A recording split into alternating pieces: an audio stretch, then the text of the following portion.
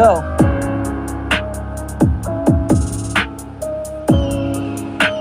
Check this, man. Mga piling boss balita, ang inabalita ko malaki na ang kita. Kaya pala hindi ka na makabusina dahil sa pinapakita mo mali eksena. Ano ang buhay mo ngayon nakakadena?